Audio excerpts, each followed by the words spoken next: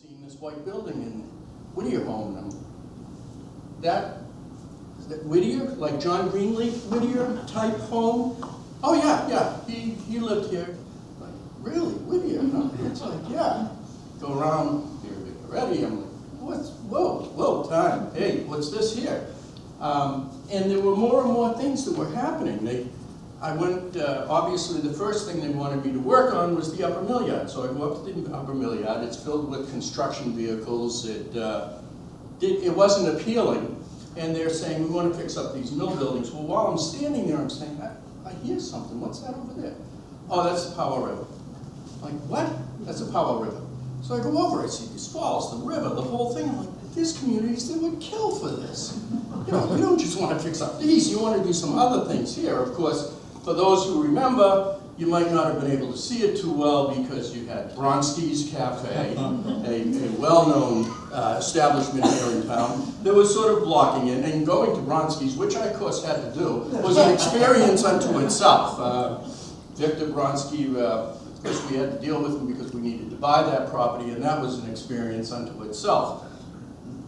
We had to relocate him, and when we looked at the inventory that was in his place that we had to relocate, it was gonna be a challenge, but we were able to accomplish that. But as I was going through the mills, I went to what is now Amesbury Industrial Supply. Touring that building, they say, hey, we got to show you something. I said, what's that? It's down in the basement. So I get out to the basement, and they said, no, there's another basement. I said, another basement. And we went outside, went in the back door, and we went downstairs, and there was a catwalk, and you look down, and there's a riverbed, a granite river channel. And that's basically where the water came from the crib dam over, dropped in the side of the building, and that's how they powered the mill. Like, this, yeah, the police use it as a firing range. Like, oh, that's pretty cool. And we went from there up to the top floor, and I see all these machines lined up.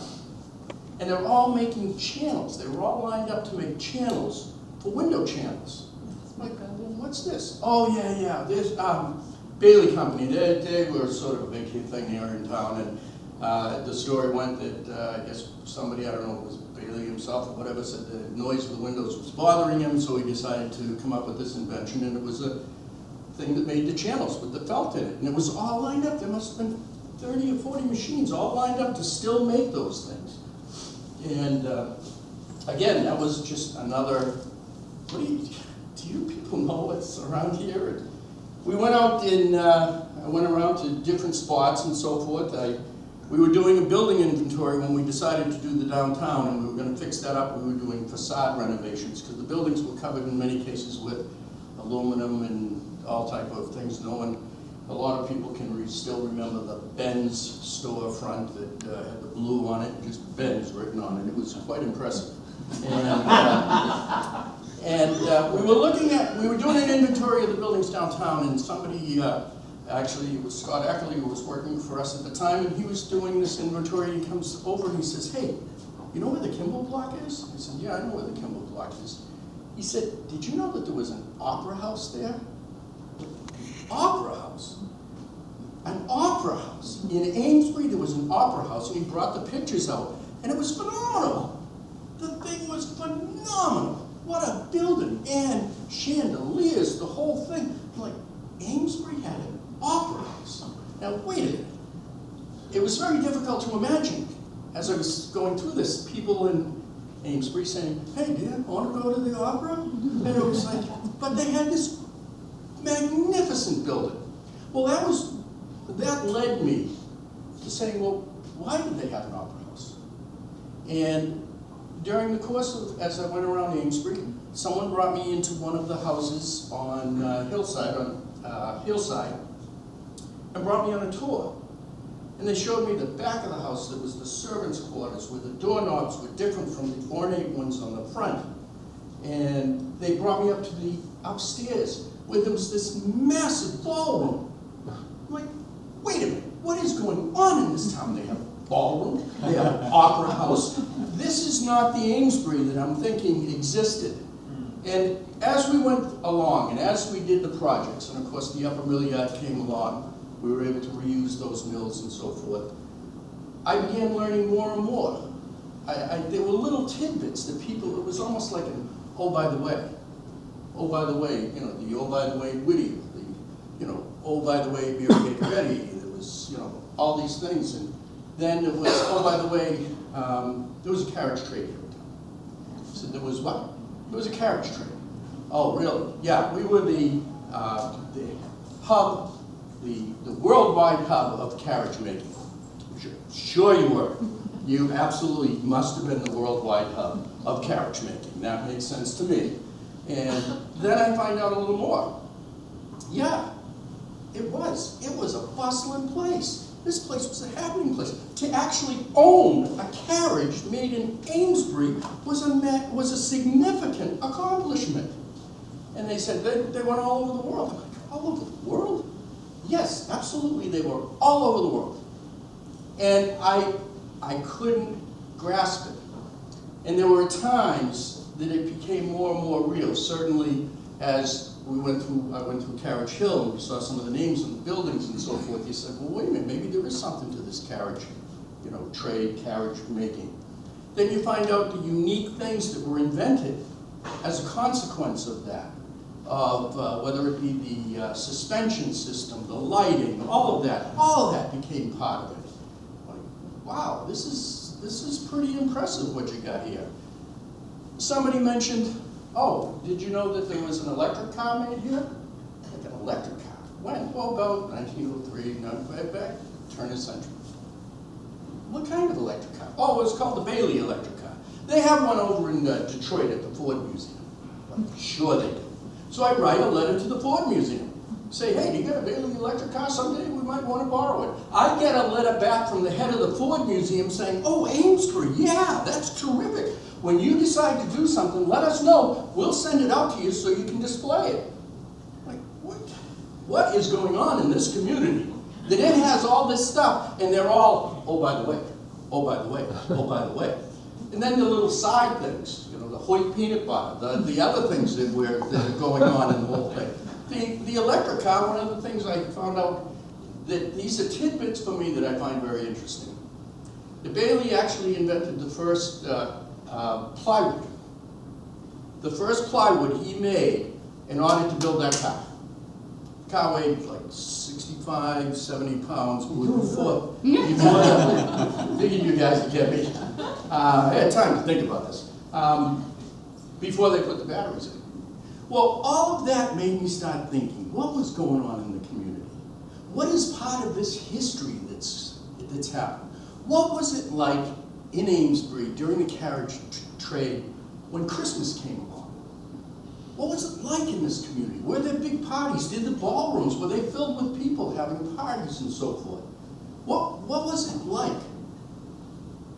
At the time, as we were going through all of this, of course, you had John Moores had done the murals.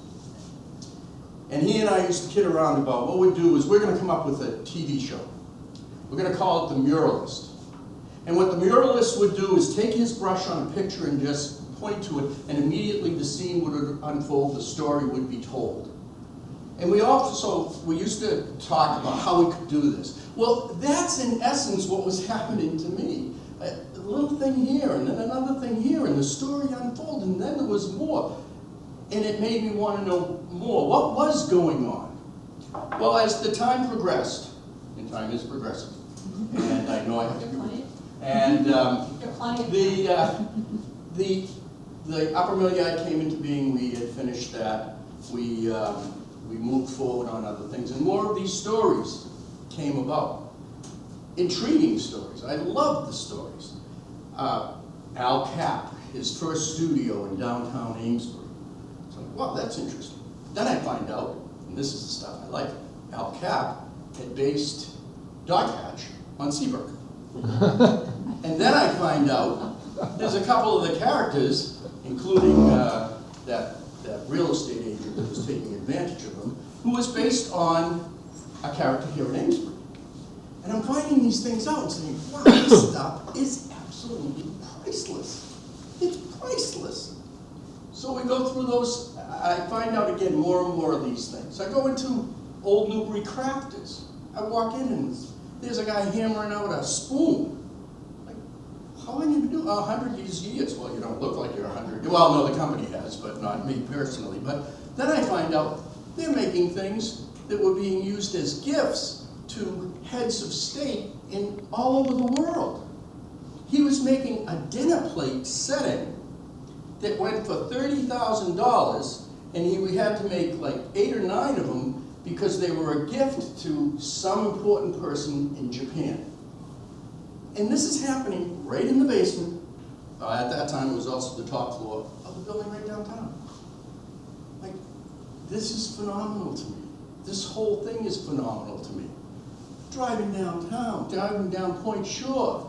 What's that little park? Cute little park. Oh, that's Alliance Park. I figured, okay, well, we know what happens there. Alliance Park, you know, the high school kids, whatever. We won't go there. No. That was the USS Frigate Alliance. It was built here, and it actually, in the Revolutionary War, was the first ship to fire a shot in the Revolutionary War for the Revolution. You got to be kidding me. Oh yeah, the keel was done up downtown, down by what's the Wharf building. They floated it down to the Merrimack and then built the ship and off it went. Okay, you don't happen to think that that's a rather important thing, you know? Well, what really happened at that point is, as time progressed, as projects were undergoing, the lower mill yard came into focus. And you looked at the lower mill yard and you saw that right there, at the confluence of those two rivers, was the wharf building. And the wharf building represented, not as a building, but a location. A location where a lot of materials came into town, where a lot of the things generated and began working, where they'd go, you know, to the mills and things would happen. And you stand there and you look up and you see Carriage Hill, and you think of Carriage Hill and how vibrant it had to be. I think of things like when the fire happened. What happened after that? Was there a selectmen's meeting? Did they discuss what to do? Did they try to figure out how to rebuild? How did they survive and continue?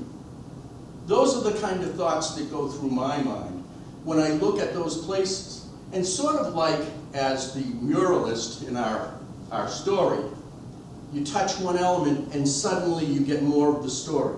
You get the complete story. And that's sort of what I could see happening down in the lower mill yard. And that's why I really thought it'd be a great place for what we would call Heritage Park, where somebody could roam into Amesbury, not really knowing that much about it, and go to a welcoming center, a visitor center, that also serves as a carriage museum, but through that, find the element that's going to take them on the tour, take them through, take them in the areas where it's, oh, now I understand. When we did Market Square, we had gotten money to do some sort of, it was supposed to be a vignette of the history of Market Square. But it was going to be very boring, and I didn't think I liked it too much. So we decided we would have a poster made. And we had a poster made, drawn up, and some of you might have seen it. And it's like looking through a mill window, and there in Market Square are all these carriages covered in white. Well, I looked at that when they gave me the mock-up, and I said, what's with the carriages in white? I had no idea. And they said, oh, that's the ghost train. It's the ghost train. Now, even as I was getting older, I remembered, I can't find out what it was, but I remember reading a poem in which they talked about the ghost train. I had no idea what it was. I thought it was just something that you got scared the hell out of if you went on this train. Now, it suddenly made sense. And not only that, but now the fact that people were saying they were the carriage center of the world started to have some real meaning to it, because they're shipping these things out by train, hundreds of them. It's like that added reality to the story, helped answer some of the questions for me. And that's, again, why I felt it was very appropriate that in this location, in the lower mill yard, that's where all these elements can come together, can come into play, and people could actually come in and get a little taste of Amesbury and leave with a good feeling about it. Will people be flying into Portland to come visit Amesbury? No. But what will happen is I happen to see online Accidental Wanderings in Amesbury, a blog. And this woman talks about how wonderful it was to discover Amesbury. She's from upstate New York. And how, what a great community. And the people were wonderful. It was a wonderful little downtown. It was intriguing. It was great. And makes it a regular objective of hers to come back and visit. That's the kind of thing that gets out there and suddenly people start saying, wow, we got to check this out. We got to see what's happening up there. And that's really, ultimately, the entire objective of what we were trying to accomplish and what's still trying to be accomplished in the Lower Milliard. That you as the basis, you as the first person are going to give those visitors that aha moment. That moment when all of a sudden the ghost train from that poem that I hated to read makes sense. When all of a sudden the opera house, which I had no idea why it was there, suddenly makes sense. This place was happening. This place was really something to watch. And then the stories can go on from there. Like I said, and as I've talked to my daughter about, what was it like at Christmas time here? There obviously was the very wealthy people, but there were the working people. What happened? What was it like? Were there parties?